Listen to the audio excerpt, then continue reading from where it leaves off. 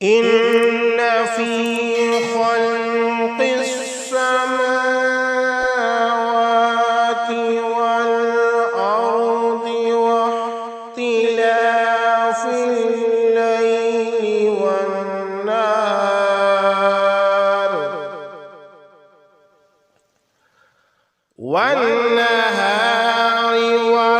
वल्फुल्कि अल्लती तजरी फिल बहरि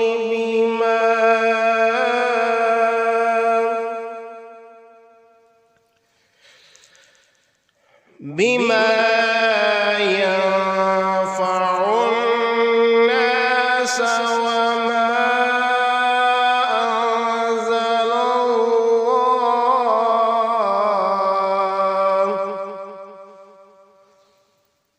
वमा أنزل الله من السماء من ماء فأحيا به الأرض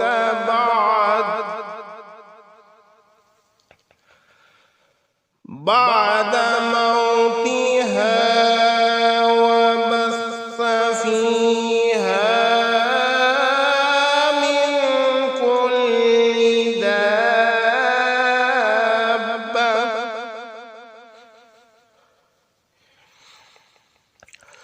وتصريف الرياح والسحاب المسخر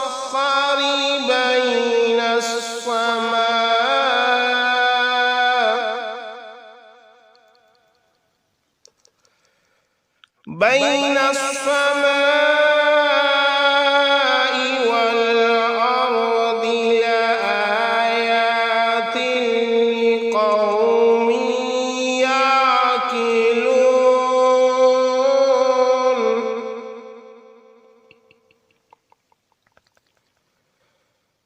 ومن الناس من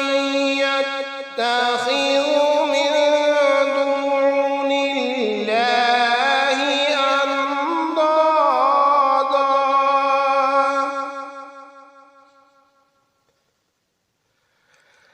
أندادا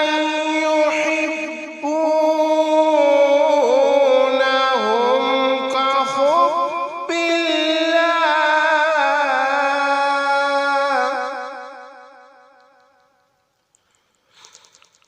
والذين آمنوا أشد حبا لله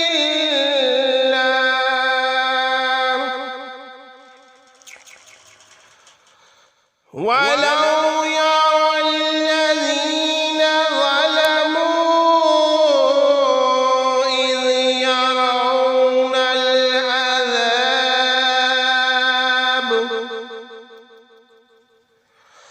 أن القوة لله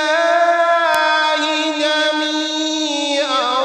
وأن الله شديد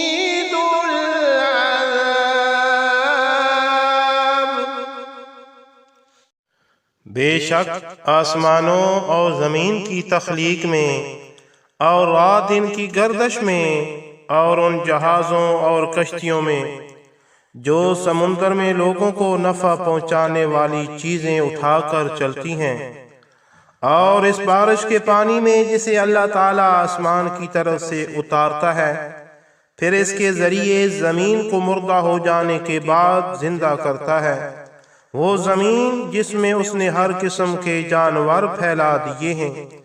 और हवाओं के रुख बदलने में और उस बादल में जो आसमान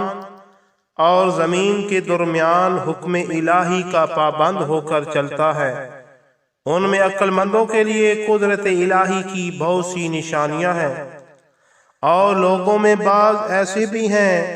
जो अल्लाह के गैरों को अल्लाह का शरीक ठहराते हैं और उनसे अल्लाह से मोहब्बत जैसी मोहब्बत करते हैं। और जो लोग ईमान वाले हैं وہ ہر ایک سے بڑھ کر اللہ تعالیٰ سے بہت ہی زیادہ محبت کرتے ہیں۔ اور اگر یہ ظالم لوگ اس وقت کو دیکھ لیں جب اخروی عذاب ان کی آنکھوں کے سامنے ہوگا تو جان لیں کہ ساری قوتوں کا مالک اللہ تعالیٰ ہے، اور بے شک اللہ تعالیٰ سخت عذاب دینے والا ہے۔